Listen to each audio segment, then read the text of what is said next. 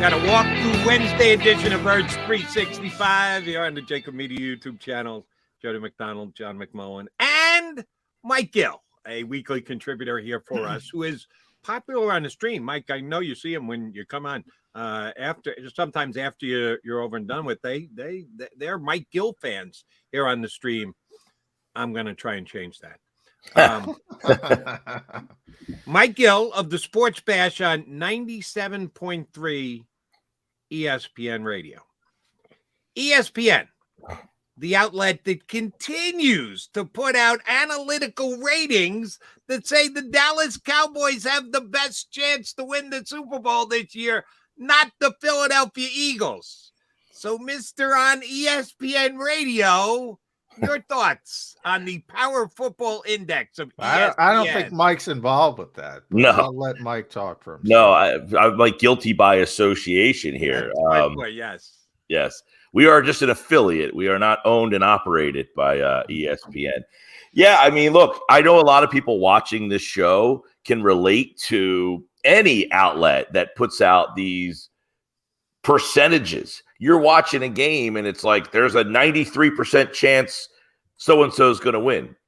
According to what? I mean, who is baking these numbers? I know when you set your fantasy football, Jody Mack, you're a CBS guy. I hear you on the national. When they tell me Justin Herbert was going to score 27 points in fantasy this week and he only got me 19, well, where'd they come up with that number, buddy? CBS? I don't know where these numbers come up from. I think it's more fodder. They love to get at the crawls of the Philadelphia fans. They know that we take these numbers personally, and yet they can't figure out how they come up with them. But in the end, don't we like this? Don't we like being the underdog? Isn't it like a 12-1 team that nobody likes and nobody thinks is good enough? Isn't that exactly what we yearn for as Philadelphia Eagles fans in the Delaware Valley? Isn't that perfect? Like to have a 12-1 team that is universally believed in is just not the Philadelphia way. No, I was talking about that, Mike. Yeah, I was. There's this. It's so ingrained to be underdogs. People don't realize when you're the front runners. At least a lot of people. And 12-1, this doesn't happen a lot. It's the second time in franchise history. The franchise has been around since 1933. They haven't always been playing that many games, but it doesn't happen often. This team is very good. I don't care about ESPN's football power index. I don't care about, I work for Sports Illustrated. Our buddy Connor Orr, I don't care about his power rankings. Even P. Damo, friend of the show, 33rd team, his power rankings. I think Damo's finally got the Eagles at number 1, but that also doesn't matter. By the way, there's a lot of power rankings that do have the Eagles number 1. Oh, yeah. And they don't matter. So, pick and choose. Including mine, by the way. Including mine, which don't matter. Yeah. Pick and choose who you like, right? If you want somebody else, go to the next person. That's my sentiment. Yeah, I mean, listen, I was off yesterday. I'm off today, by the way. So happy to be with you guys on my day off. If I look a little bit more relaxed. Today. But Monday I was on, and the Eagles were so dominant in that game. There was not a lot to pontificate about. So people wanted to look at how close the Dallas game was, which to me, okay, but what does that mean? They beat Minnesota 40-3 one week. They barely get by Houston. This is just another example of that game is compartmentalized here. They're past it. I still think that Dallas is probably the next best team, regardless of what they did on Sunday against the Houston Texans. I agree with that. On the NFC side, I think, and I think San Francisco is even. San Francisco, yes. The only AFC team that I think would be the problem would be Cincinnati. I think Cincinnati is getting really a lot good. Of love today. They are playing well. They are playing really, really good football. And that's for down the road in Glendale. But I do have to ask you about Micah Parsons. Did you see the Micah Parsons interview with Von Miller? Yeah. I thought it wasn't even remotely disrespectful. Am I wrong? Well, it's I don't know if you guys discussed or talked about the Orlovsky comment. He's made it now twice. This isn't a slight on Jalen Hurts, but this is the easiest place to play quarterback. They have the best receiver. They have the best offensive line. They have a top 5 tight end. They have the best running game. And oh, by the way, their defense is the best. So not anybody, but his point is that this is an easy place to come play quarterback because the team is really good. So when the team is really good, are you slighting the quarterback by saying it's not him, it's the whole team? I don't know. Yeah, I don't buy it. And I don't think Orlovsky was being disrespectful. I think he's just being honest. And I don't think that Micah Parsons was being disrespectful. I think he's being honest. I just hope that it doesn't show itself in the MVP voting because he's the MVP. I think part of what the MVP is, and some people may or may not agree with me on this, is what were the expectations coming into the season? A lot of awards go that way, that you have a starting point, and then as the season progresses, you see, well, I should have had a different starting point because that person, that team's that much better. I would let that influence my vote a little bit on MVP. Patrick Mahomes is Patrick Mahomes. And you had an evaluation of him, too, because you had taken Tyreek Hill out of the Kansas City mix. But did we know that A.J. Brown was going to fit like a glove? Did we know that Dallas Goedert was going to even get that much better? Do we know that Miles Sanders was going to have the best year of his career? I didn't know any of that. So I'm going to hold that against Jalen Hurts and not give him the MVP because, oh, my God, he's got so much help there in Philadelphia. Yeah. I wouldn't do that if I had a vote.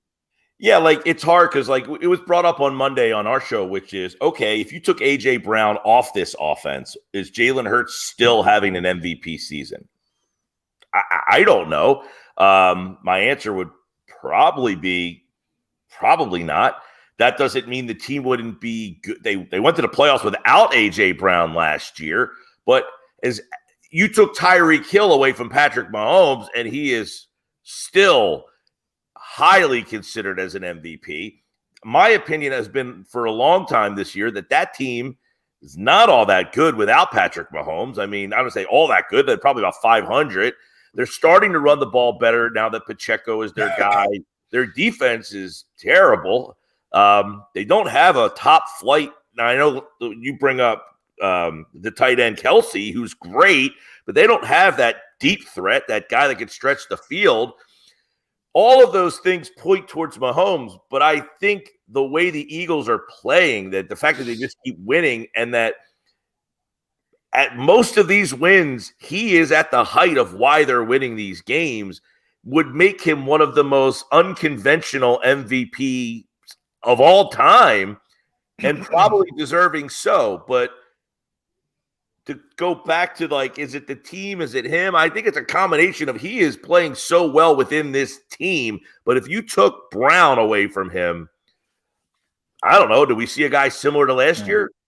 Well, the good news is you're not taking Brown away from him. So that to me is, I don't know why everyone gets so angry. I could say Jalen Hurts, and I've said it on the show. I said it on your show for a number of weeks now.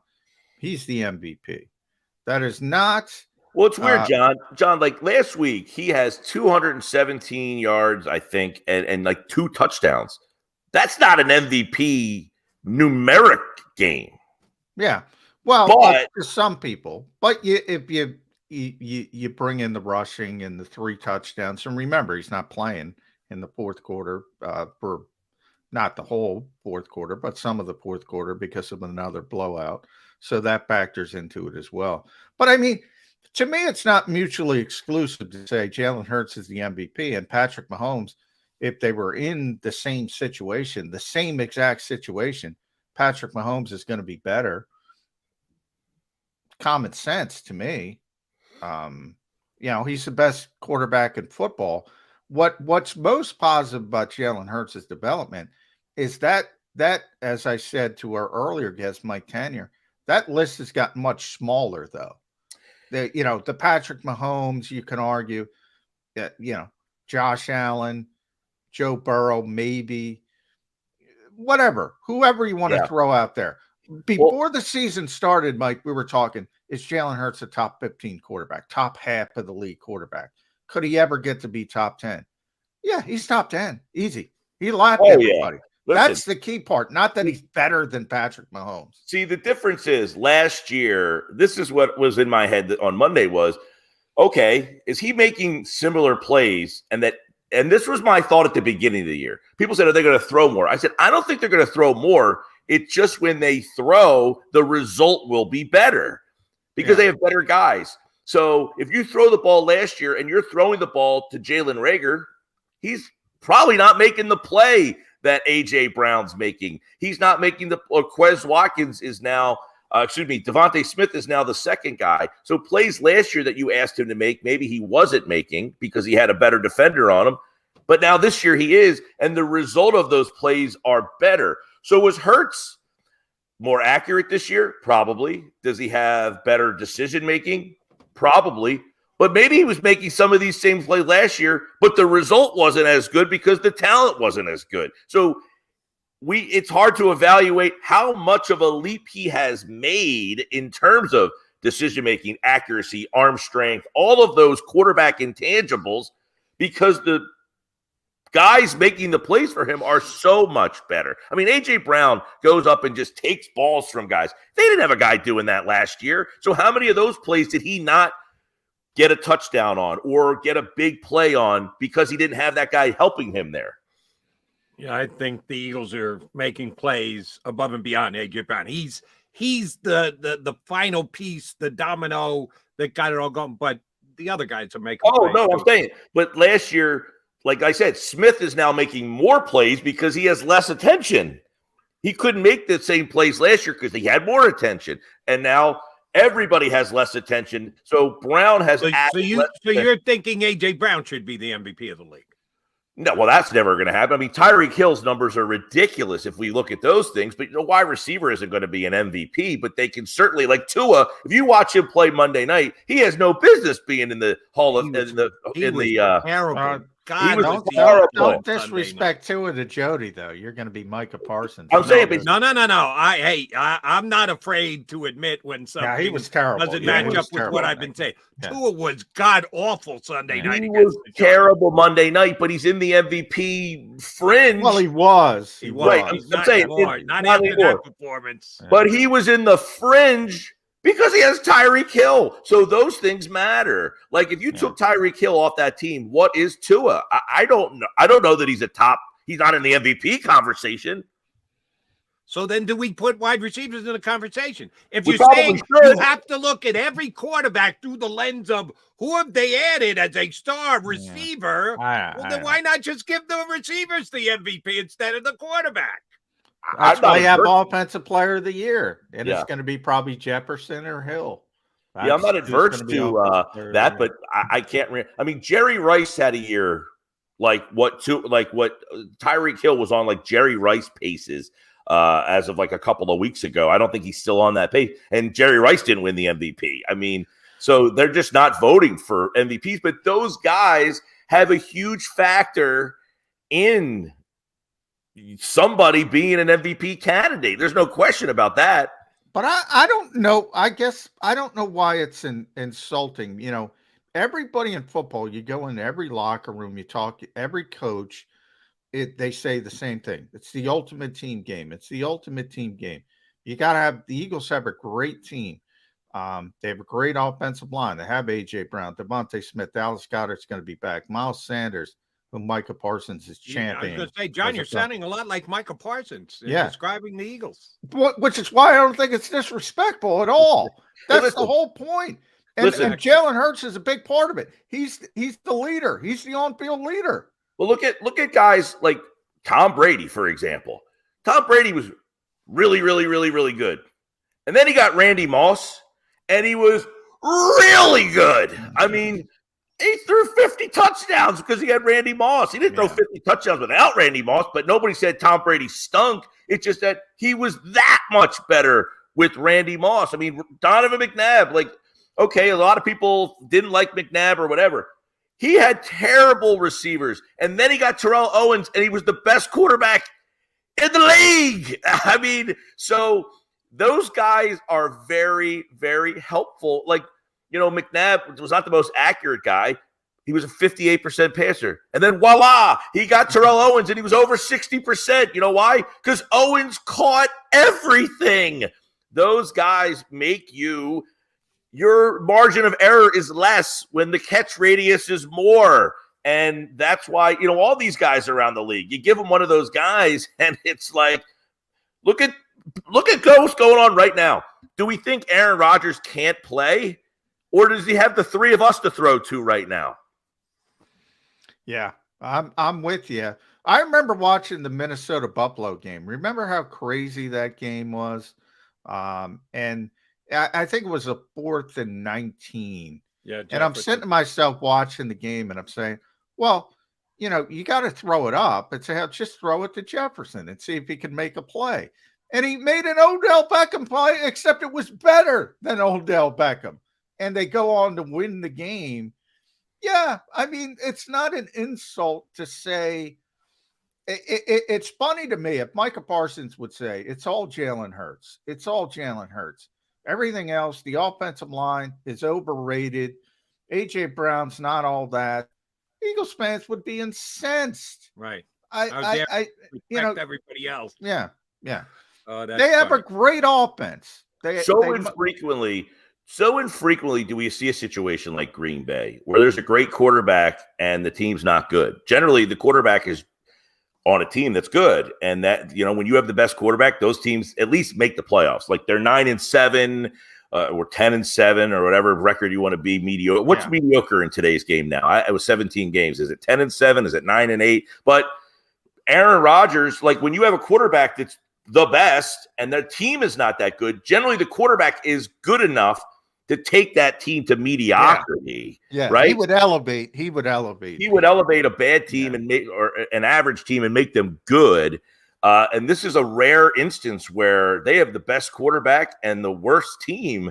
But most of these teams that have average quarterbacks that are playing at a pretty good level. Well, maybe that's a good question. So I'll throw it out to both you guys, because for years, and I'm talking about in his prime, Aaron Rodgers would elevate everybody around him. Now, I don't think he's able to do that any longer. The descent has started. Can Jalen Hurts elevate people around him?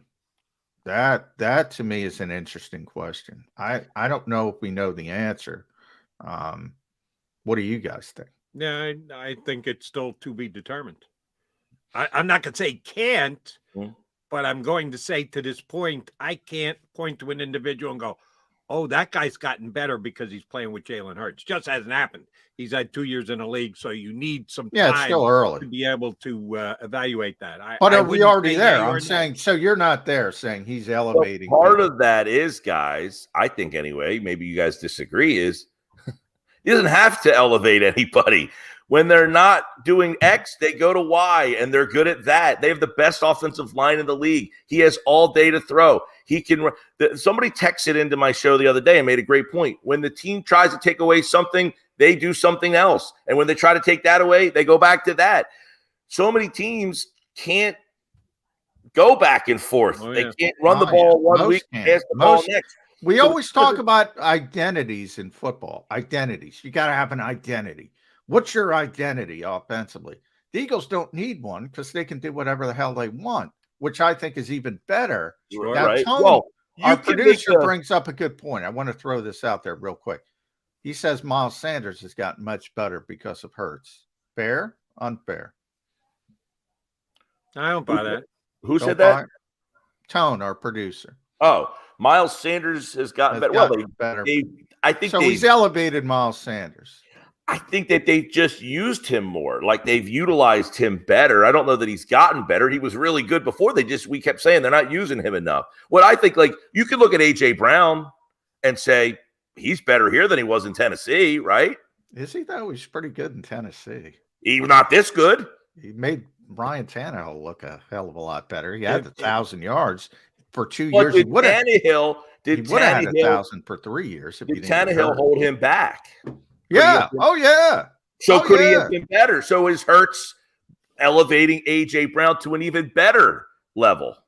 I'll tell you who's elevated Miles Sanders, Shane Steichen. That's Because what I'm saying. Miles Sanders is actually rushing for less yards per carry this year than he did last year. Yeah. But here's a plan. Why don't we give it to Miles inside the 10 and let him score a couple touchdowns? They never did that last year. 2 years ago, Miles got 10 touchdowns. Last year he had none. That's the play caller who's elevating him, not the quarterback. That's what I'm saying. They're using him more. They're using him better. 2 years ago, Miles, remember, he had all these long runs. He had like 70-yard touchdown runs. And then the next year, hitter. Right. He's a home run hitter. He's always had that like big play ability. But I agree with you, Jody. I think they're just, I don't know that Hurts being a part of the RPO aspect. Right. I was going to say, opens up everything in the running game. Hurts making the decisions. That is where he is the MVP definitively. He has been an elite decision maker on everything.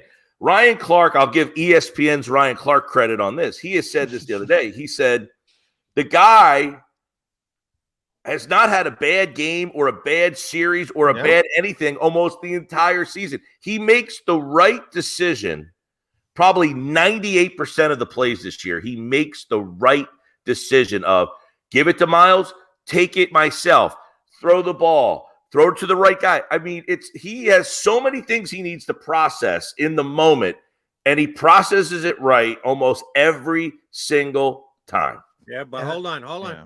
He had that pick six he threw against Jacksonville, and he almost got Mailata killed on the play.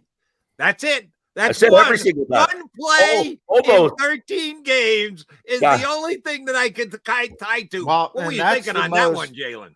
The most impressive part to Jalen Hurts this year, and I've asked Nick this and I've asked Shane this, both of them, to make as many explosive plays as he does and not turn the football over. That usually doesn't happen. You see Josh Allen, you see all the explosive plays, but he makes some mistakes. He turns the football over. He's pressing the envelope. Jalen protecting the football while generating all those explosive plays, that's really, really impressive. The other number that really would stand out is Hurts has 3 interceptions the whole year. One of them, by the way, was knocked off the receiver's hands, got tipped up in the air. But he has 3. Patrick Mahomes threw 3 interceptions on Sunday. 3 all year long. Exactly. Yeah. Protects the football. Jalen moved by him in the betting markets. All right, Mike, I got to run this one by you. I asked it of someone yesterday was here on Birds 365. It was my WIP show last night. That's where it was. I had BLG on last night. On a scale of 0 to 10, your worry-o-meter for the game coming up against the Bears on Sunday, 0 being I mockingly laugh at you, McDonald, for even bringing it up. 10 being we can actually see your lip quiver here on Birds 365 because you're worried about facing off against the Bears. From 0 to 10, where's your worry meter for the game on Sunday? 6. Okay, 6. Good. Wow. Is that because nobody's talking about the Chicago Bears? We're not even talking about this team. There's ever a low. There's a multitude of things. One, because the game matters. It is high. Every week continues to be high importance. You cannot have a slip up. You cannot have what Dallas had last week, but lose that game. You cannot let an inferior team. Now you're on the road. Dallas was at home. You're in Chicago. They're a much different team at Chicago. 2, the kid Fields can run. And one area where the Eagles have had some problems is stopping that quarterback. So if they're going to play defense and let the quarterback run around, this one's not going to run around and slide. He's going to run around with intent to finding that end zone. They have one weapon on that team, and it's the one weapon the Eagles have some problems with, and that's the quarterback running around, making plays. They're a better defense on the road. It's going to be like 20 degrees there. I mean, it's going to be whipping cold. These are the kind of games that you're saying, it's the Bears, they're 3-10. Is my worry meter saying, oh, man, I think they're going to lose this game? Not necessarily, but my worry meter is they could, and you need it. You cannot lose this game going to Dallas on Christmas Eve. Can't happen. So the pressure mounts every week that until there's enough space and games left that they can't catch you.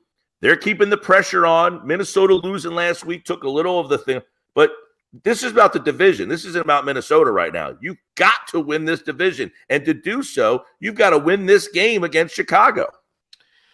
You do, and there is no room at this point to slip up because Dallas is still on the schedule. Christmas Eve, by the way, third of 3 consecutive road games. Really, I've been talking about that since the schedule came out, Jody.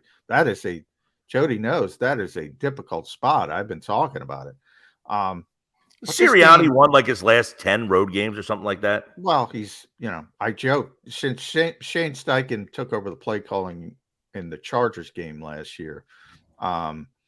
So since they lost that game, but then as you move forward, that was the first game. They've lost 3 times in the regular season since that game. I think they're 18-3 in the regular season since that game.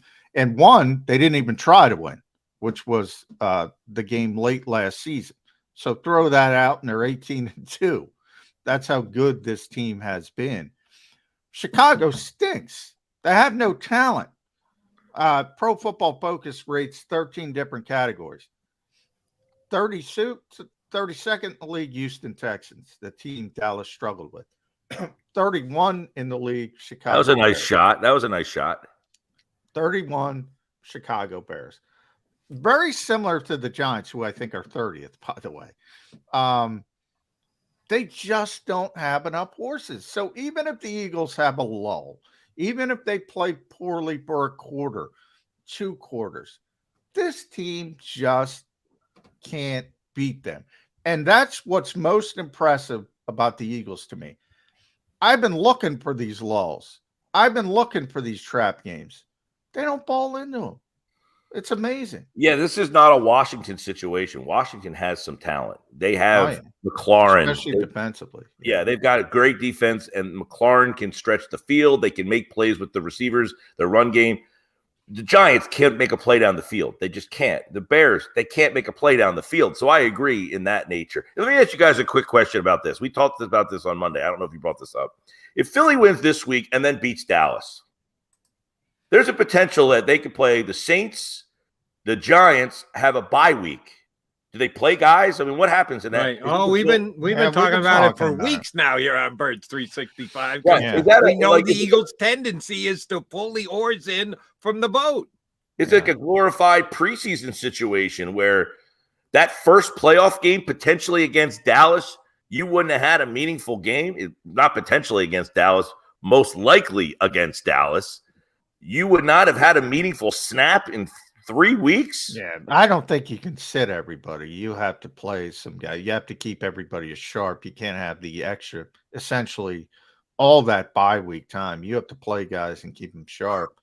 But, you can be judicious about it. You can play, 2 quarters, depending how the game goes, 3 quarters, get them out of there.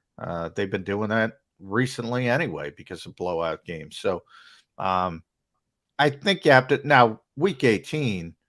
I think you could see a Gardner Minshew situation, but I think you got to play up till week 18, and then maybe a preseason environment, couple starters, couple series. Excuse me, but you can't just sit somebody for a month. Essentially, it's like a college bowl game. I guess colleges do it. We had Chris Franklin on earlier in the week, and I thought he had a good game plan in place. First week against Saints, bye week. All the guys sit. Everybody sits. Nobody plays. Any of your star players, you don't even let them dress. You call up the entire practice squad.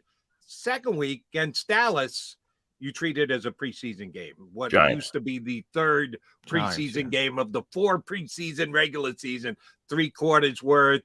Get them out at the end, but use it as a prep going forward after another bye week. I thought that was pretty interesting, and I think it's something that the Eagles should consider.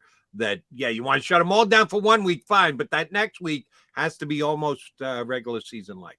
Well, remember with the preseason, too, the preseason mentality, you don't have as many players, so certain guys got to play. You can only have a certain number. It's not like the preseason where you have these waves of players. So certain guys have to play. Yeah. Well, listen, again, going back to the Bears thing, if you beat the Bears and then, of course, you got to go on the road, that would be the third straight road game in a row to beat Dallas. And if you win that game on Christmas Eve, that would be a lot of decisions to make after that. But this game on Sunday, you asked me, I say 6, but it would be a 10 of disappointment if you lost this game. Oh, that'd be 11. That'd be a spinal tap 11. You got to go past 10. Hey, I don't care if you win 7-3. I mean, you just got to figure out a way to get out of there healthy and with a win. All right, so 45 minutes in the book. What's going to be the score into the third quarter? Bears and Eagles on Sunday.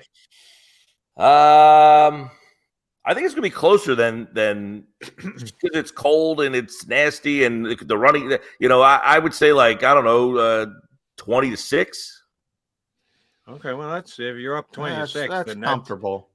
Then you shouldn't be at a 6 on the worry meter if you think it's going to be 20-6 after 3. Well, if you run around in that fourth quarter, make a couple runs. Plays. Yeah, that's what's probably going to happen. I've been talking about Jody's placed the over. What'd you put it at? Over under 75 for Justin Fields. Yes, running yards. What's going to happen? Be under. It's I'll ask you both. Over under 175 yard passing because that's what the Eagles give up per game, which leads the National Football League. Jalen Hurts only throws for like $160 per game. What do you think? Over under 175 yard passing for Fields. I'm going under that. Yeah, I'm going under. I'm going over that. I'm going against both of you guys on both of those. Hey, last week, Daniel Jones was over under 35. He didn't come close. Tyrod Taylor actually led the team in rushing yards. Okay. But I think Fields is going over 75 rushing. I think what's going to happen is it's like a 24/7 game, and then Fields pulls a rabbit out of his runs for 60-something yard touchdown, and everybody goes, "Oh, they're back in the game." I think it's going to be one of those things. Yeah, that's exactly how I'm saying. 20-6, fourth quarter, he runs, extends a couple late drives, 3 minutes left. They score to make it 20-13, and it's not going to be that close. They're going to dominate the game. This team stinks on ice. Yeah, they're bad. It's going to be ice. Yeah, they don't have any weapons. Beware, they just don't have a guy. Cole Kmet against the Eagles linebackers, and if I gotta beware Cole Kmet, I'm not at a 6 as Mike Gill is. I'm at a 2. If I'm bewaring Cole Kmet, I'm just saying. Mikey, good stuff. Always a pleasure, buddy. Appreciate your taking me pimping you about the ESPN with the smile on my face that I did. Thank you much for jumping in with us today. Thanks, Mike. Enjoy the day. Why not try it off today? I'm back tomorrow. You got your metal detector for the beach. You're going to go down and try and make some money. A little cold today for that, but I'm off today. I'm back tomorrow, and I'm off on Friday. All right. That is Mike Gill from the Sports Bash down on the shore, 97.3.